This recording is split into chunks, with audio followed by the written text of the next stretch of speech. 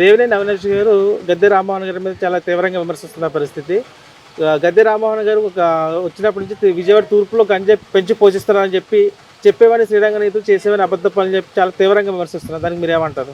అవినాష్ అనే వ్యక్తి 2009లో కాంగ్రెస్ తరఫున ఎంపీగా పోటీ చేశాడు. డిపాజిట్లు కూడా రాలా. అప్పుడు కాంగ్రెస్ పదవి వదిలేసి ఎమ్మటే టీడీపీలోకి వచ్చాడు. టీడీపీలోకి వచ్చి గుడివాడలో పోటీ చేశాడు ఎమ్మెల్యేగా. అప్పుడు కూడా గుడివాడ ప్రజలు ఏం చేశారు, ఈయన ఇక్కడ పనిచేయడని టీడీపీలో కూడా డిపాజిట్ లేకుండా చేశారు. అది అయిపోయింది. గద్దె రామ్మోహన్ గారి మీద పోటీ చేశాడు. ఏది వైసీపీ తరఫున. అంటే అప్పటికి కాంగ్రెస్ అయిపోయింది, టీడీపీ అయిపోయింది.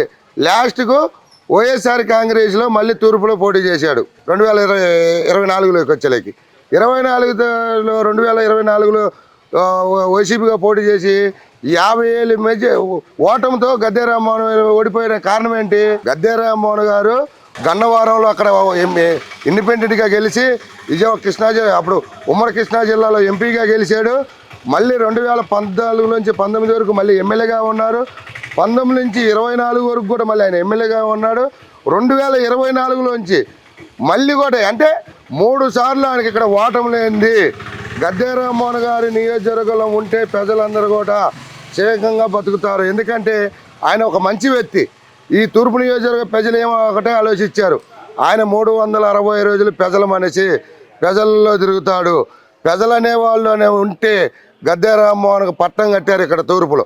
ఎందుకంటే ఈయన ఏంది, రౌడీజం పెరుగుద్ది. రౌడీజం ఇవాళ నిన్న ఎక్కడికి ఎందుకు నిన్న ఒక ధర్నా చేస్తే వాళ్ళకు గంజాయి ప్యాకెట్లు, కుర్రోళ్ళకి గంజాయి ప్యాకెట్లు తీసుకొచ్చి జోబులలో పెట్టి వాళ్ళు ఒక ధర్నాకు తీసుకొచ్చే నీచంగా తయారయ్యారు. అది ఎవరు? ఒక గొడవల పార్టీ వాళ్ళు. దాంట్లో ఎవరు ప్రచారంగా జిల్లా అధ్యక్షులు ఎవరు? ఒక అవినాష్ గారు. దానికి ఏంటి, గద్దె రామ్మోహన్ ఛాయ మీరు విమర్శించే ఛాయ్ కాదు. ఎందుకంటే ఆయన ప్రజల మనిషి కాబట్టి మనం ఆయన గురించి మనం చెప్పుకోకూడదు. మీ పార్టీ వాళ్ళకు 151 సీటు వచ్చిన రోజే గద్దె రామ్మోహన్ 16,000 మెజార్టీతో తూర్పులో గెలిచాడంటే ఆయన మొగతనం ఏంటనేది జనాభా అందరికీ తెలుసు. ఎందుకంటే ఆయన ఒక్కొక్క నాయకుడు ప్రజల్లో 151 సీటు మీకు వచ్చి కూడా 21 సీట్లో గద్దె రామ్మోహన్ మెజార్టీతో గెలిచిన వ్యక్తి ఎవరంటే ఒక గద్దె రామ్మోహన్ గారు శాసనసభ్యుడు. ఎందుకంటే ఆయనకు ఓటమి లేని మనిషి, ఆయన ప్రజల మనిషి. 360 రోజులు పీచ్యంగా జనాభాలలో తిరుగుతున్నాడంటే ఆయన ఒక మంచికి నిలువెత్తు మనిషి అని కూడా నేను చెప్తున్నా. ఎందుకంటే ఆయనకు ప్రజలందరూ కూడా అంత పట్టం కట్టారు. మళ్ళీ కూడా రేపు 29లో మీరు అభ్యర్థిని చూసుకోవాలి. ఆయన మీద మళ్ళీ పోటీ చేయాలంటే నువ్వు కూడా ఉండవు, నువ్వు కూడా పెనమలూరు లేకుంటే ఇంకో చెట్టు వెళ్ళిపోతావు. ఆయన మీద పోటీ చేసేవాళ్ళు వాళ్ళ కుటుంబం ఉన్న రోజులు తూర్పులో వాళ్ళ గద్దె గారి కుటుంబం అని కూడా నేను సభాముఖంగా చెప్తున్నా. ఎందుకంటే వాళ్ళు చేసిన మంచి పనులు ఏ రోజైనా ఎక్కడైనా, నిన్న ఎక్కడికి ఎందుకు, నిన్న అర్ధరాత్రి కాడ ఒక ఆఫీసుకు ఒక మెసేజ్ వస్తుండగానే ఈ అమ్మటే ఆయన సొంత డబ్బులు 2 లక్షల రూపాయలు ఇచ్చి ఆయనకు చేశారు. అలాగా మొన్న కరెంటు ఆఫీసులు, కరెంటు ఫుడ్ కొట్టుకెళ్ళి కరెంటు వచ్చి చనిపోతే ఇప్పటికి కూడా ఎవరు పాపోయినా కూడా ఆయన మన నియోజకవర్గంలో అలా కుటుంబం, మనం చనిపోయిన కుర్రోడిని మనం తేలేము, మనం ఎంత ఇచ్చినా కూడా చాలు తమ్ముడని అప్పటికప్పుడు ₹1,00,000 ఆయన సొంత నిధులతో డబ్బులు ఇచ్చి, తమ్ముడు మనం ఎంతవరకైనా వాళ్ళకి సాయం చేయగలుగుతాం మనము, అవన్నీ కూడా గవర్నమెంట్ ద్వారా అని చెప్పిన వ్యక్తి ఒక గద్దె రామ్మోహన్ గారు. ఎందుకంటే ఆయన ప్రజల మనిషి. వీళ్ళు ఏదో చెప్తారు, మీరు అధికారంలో ఇప్పుడు అధికారంలో 2019 2024 వరకు ఉంది. నువ్వు అధికారంలో లేకపోయినా ఎన్నిసార్లు తూర్పు నియోజకవర్గంలో నువ్వు కార్యక్రమాలు చేయగలిగావు? ఎందుకంటే మీకు అధికారం ఉంటేనే జనాభాలు లేకొస్తారు. ఆయన అధికారం ఉన్నా లేకపోయినా పార్టీ జనాభా ముఖ్యమైంది. మీరు ఆయన విమర్శించే స్థాయి కాదు. మీరు మళ్ళీ మీకు ఆయన విమర్శించాలి, ఆయన మీద గెలవాలి అనుకుంటే మళ్ళీ 2029లో మళ్ళీ పోటీ చేయండి. ఆయన ఏంటనేది చూపిస్తారు. ఎవరు అవినీతి పరుల్లో తెలుసుద్ది. మీయాలైన రౌడీలను ఒక పక్క, గోండాలను ఒక పక్క పెట్టుకొని ఆయన తిరగడు. ఆయన సింగిల్ ఆర్మేడ్, ఎక్కడికి వెళ్ళినా సింగల్గానే తిరుగుతాడు, సింగల్గా వస్తారు. మీయాల 4 కార్లు వేసుకొని భయపెట్టి తిరగలేడు ఆయన. ఆయనకు ఒకటే కారు ఉంటుంది, ఒకటే ప్రజలైన దేవుళ్ళు అంటాడు. ఎందుకంటే ప్రజల్లో మనిషి కాబట్టి ప్రజల్లో కూడా ఆయన మర్చిపోరు.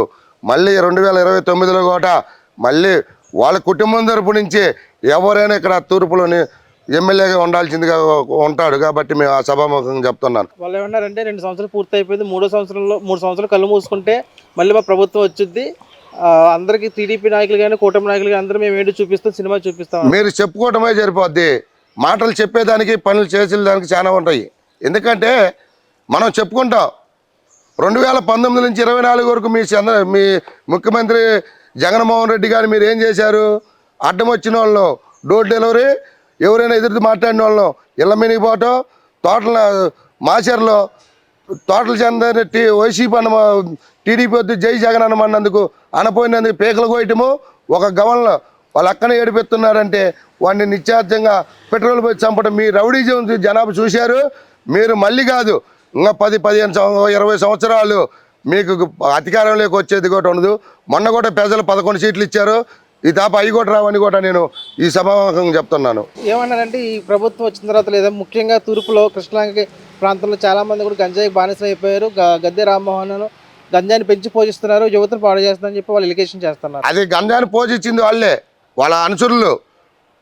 కృష్ణలంకలో ఒక కార్పొరేటర్ అనే స్థాయి ఇస్తే ఆయన ఎక్కడో వైజాగ్లో పట్టుకుంటే ఆయన మీనికి కూడా అప్పుడు కేసు కూడా లేకుండా ఆయన చేసుకొచ్చేసారు. మీకు తెలియదా అది? ఏ కార్పొరేటర్ అని మీకు తెలియదా? ఎవరు పోషించారు? మా నాయకులలో, మా తూర్పు నియోజకవర్గం నాయకులలో ఎవరైనా గంజాయి కానీ ఏదైనా చేస్తున్నారని ఒకరిని పలికిమను, ఒకరిని చూపిమను. మా ఎమ్మెల్యే మీరు చెప్పిన దానికి ఎక్కడికైనా సిద్ధమే. మీ నాయకులు చేశారు కాబట్టి దొరికిపోయారు. మీరు ఆ నాయకులు తీసుకొచ్చి మళ్ళీ భుజం తట్టి మళ్ళీ ఒక పదవులు ఉన్న వాళ్ళే చేశారు. మా వాళ్ళు అట్ట కాదు. ఎప్పుడు ప్రజలకే అంకితంగా ఉంటారు. ప్రజలంటేనే దేవుళ్ళు. ప్రజలు ఉంటేనే మనం నాయకులు అవుతా. ప్రజలు లేకపోతే మన నాయకులు. మీరు అట్ట కాదు. కార్యకర్తలను రౌడీజంగా గోండాయిజంగా ఒక దేవాలయం పార్టీ ఆఫీసుని దాడి చేసిన దాంట్లో మీ గోండాలు లేరా? మీ రౌడీలు లేరా?